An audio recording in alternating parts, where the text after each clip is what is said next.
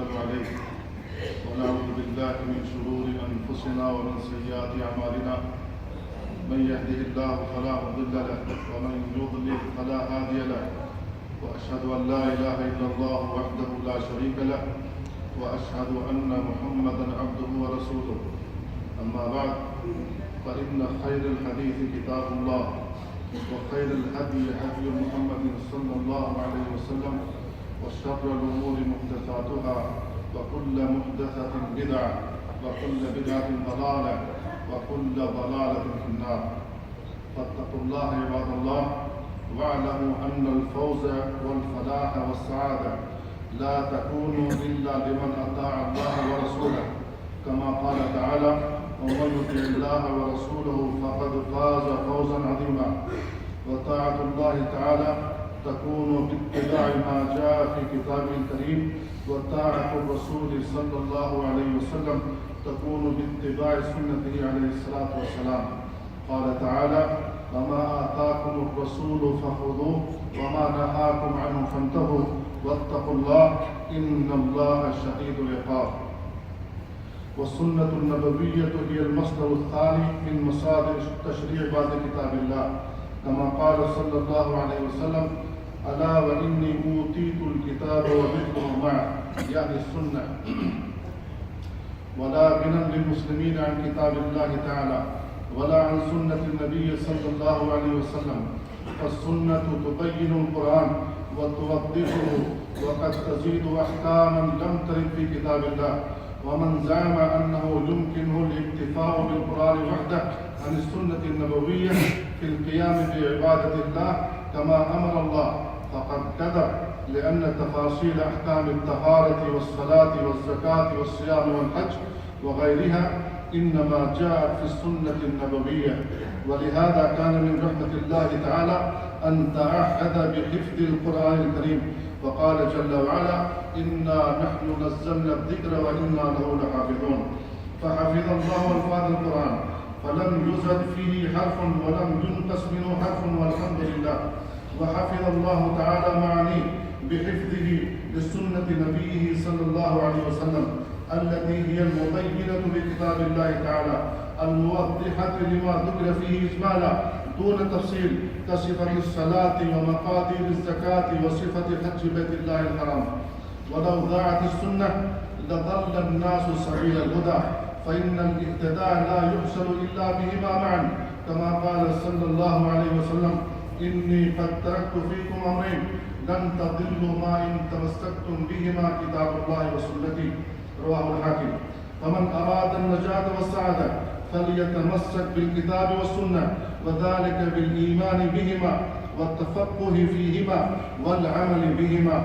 وعلى المسلم أن يحذر من أهل الزيغ والانحراف الذين يشككون المسلمين في سنة نبيهم صلى الله عليه وسلم، ويدعونهم إلى ترك العمل بهما كلها أو ترك العمل ببعضها. فمن الطوائف الضالة التي ابتلي بها المسلمون في العصر الحاضر أولئك الذين يسمون أنفسهم بالقرآنيين، وكذبوا في هذه الدعوة. ولو كانوا أهل القرآن حقا لم تتلوا عشرات الآيات التي فيها الأمر بطاعة الرسول صلى الله عليه وسلم واتباعه والأخذ بما أتى به. ولقد صدق الله فيهم وفي أمثالهم قوله صلى الله عليه وسلم: ألا هل عسى رجل يبلغ الحديث عني وهو متكئ على أريكته فيقول: بيننا وبينكم كتاب الله، ما وجدنا فيه حلالا استحللناه وما وجدنا فيه حراما حرمناه، وإنما حرم رسول الله صلى الله عليه وسلم كما حرم الله تعالى. رواه الترمذي. ومنهم أهل الزيغ الذين يقاعدون القواعد لرد السنة الصحيحة، كالذين يدعون إلى رد الأحاديث الصحيحة في العقيدة وأمر الغيب إذا لم تكن متواترة، فردوا بذلك أحاديث صحيحة كثيرة. ومنهم الذين يدعون إلى ترك العمل بالحديث النبوي الصحيح إذا كان يخالف مذهبهم الفقهي بلا دليل ولا حجة، ولكنه التعصب العام للمذهب المتبوع.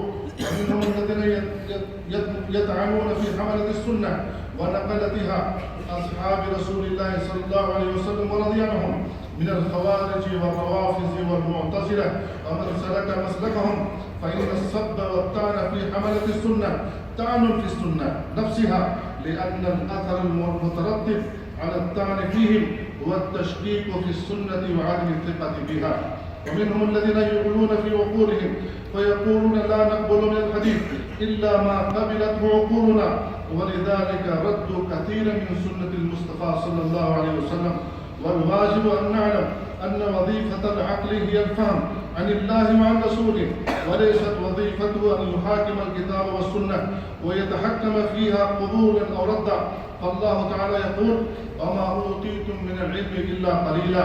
فالعقل لا يحيط بكل شيء، والعقل إذا كان صحيحا سليما فلا يمكن أبدا أن يتعارض مع آية كريمة أو سنة صحيحة. عباد الله، فإن الكتب في الدنيا كثيرة، وإن أعظمها وأجلها وأنفعها بعد كتاب الله صحيح الإمام البخاري وصحيح الإمام مسلم رحمه الله، فإنهما أصح الكتب بعد كتاب الله باتفاق العلماء وإجماعهم.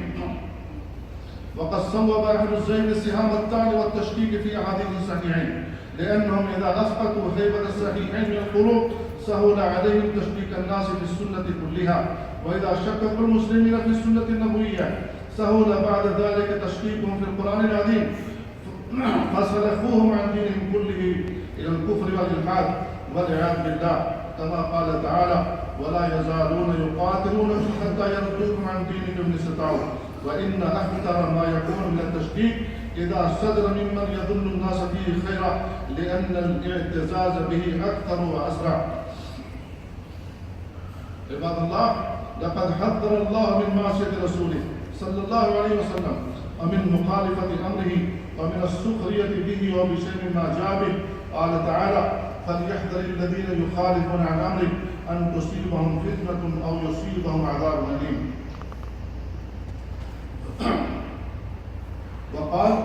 وقال تعالى في المستهزئين الساخرين متوضعا متوعدا متحددا، قال: قل استهزوا إن الله مخرج ما تحذرون، ولئن سألتم ليقولن إنما كنا نخوض ونلعب، قل أبالله وآياته ورسوله كنتم تستهزئون لا تعتذروا قد كفرتم بعد إيمانكم. فعظموا سنة الرسول صلى الله عليه وسلم وقدموها على قول كل أحد، وتفقهوا فيها واعملوا بها، واحذروا من يطعن فيها أو يشكك فيها فليس بأهل لأخذ العلم عنه. جعلني الله وإياكم من المعتصمين بالكتاب والسنة، ومن الفائزين في الآخرة برضوانه والجنة. بارك الله لنا ولكم في القرآن العظيم، ونفعنا وإياكم بسنة النبي الكريم. أقول قولي هذا وأستغفر الله لي ولكم من كل ذنب فاستغفروه إنه هو الغفور الرحيم.